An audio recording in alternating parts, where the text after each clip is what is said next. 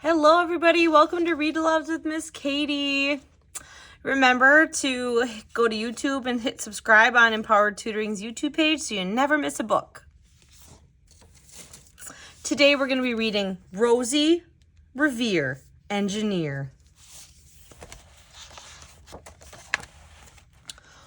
What is the story of Rosie Revere, who dreamed of becoming a great engineer? In Lila Greer's classroom at Blue River Creek, young Rosie sat shyly, not daring to speak. But when no one saw her, she peeked in the trash for treasures to add to her engineer stash.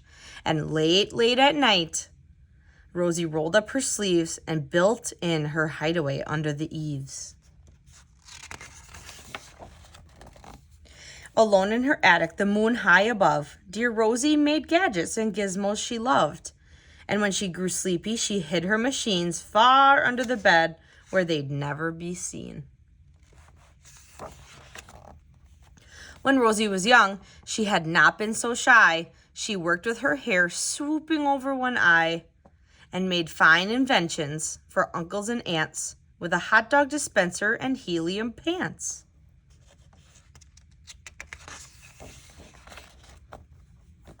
The uncle she loved most was zookeeper Fred. She made him a hat to keep snakes off his head, from parts of a fan and some cheddar cheese spray, which everyone knows keeps the pythons away. And when it was finished, young Rosie was proud, but Fred slapped his knee and he chuckled out loud.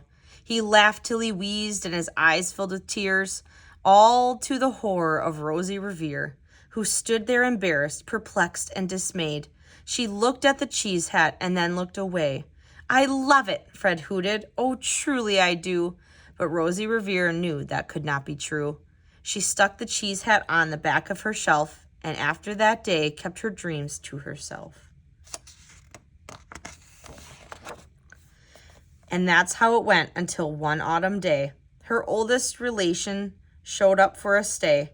Her great-great-aunt Rose was a true dynamo who'd worked building airplanes a long time ago. She told Rosie tales of the things she had done and goals she had checked off her list one by one. She gave a sad smile as she looked to the sky. "The only thrill left on my list is to fly, but the time never lingers as long as it seems. I'll chalk that up to an old lady's dreams." That night, as Rosie lay wide-eyed in bed, a daring idea crept into her head. Could she build a gizmo that could help her aunt fly? She looked at the cheese hat and said, "No, not I." But questions are tricky and some hold on tight, and this one kept Rosie awake through the night. So when dawn approached and red streaks lit the sky, young Rosie knew just how to make her aunt fly.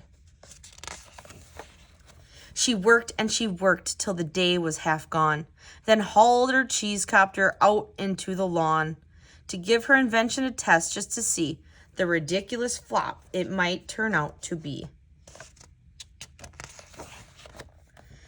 Strapped into the cockpit, she flipped on the switch. The helio cheese copter sputtered and twitched. It floated a moment and whirled round and round, then froze for a heartbeat and crashed to the ground.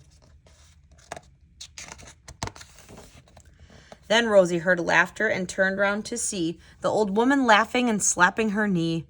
She laughed till she wheezed and her eyes filled with tears, all to the horror of Rosie Revere, who thought, "Oh no, never, not again will I try to build something to sputter or spin or build with a lever or switch or a gear, and never I will be a great engineer."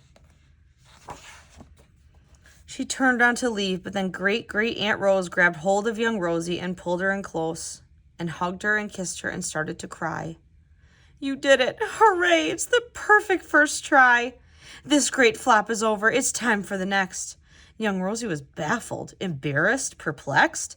"I failed," said dear Rosie. "It's just made of trash. Didn't you see? The cheese copter crashed." "Yes," said her great aunt, "it crashed, that is true. But first it did just what it needed to do. Before it crashed, Rosie, before that, it flew." Your brilliant first flop was a raging success. Come on, let's get busy and on to the next. She handed a notebook to Rosie Revere, who smiled at her aunt as it all became clear. Life might have its failures, but this was not it. The only true failure can come if you quit. They worked till the sun sneaked away to its bed. Aunt Rosie tied her headscarf around Rosie's head and sent her to sleep with a smile ear to ear, to dream the bold dreams of a great engineer.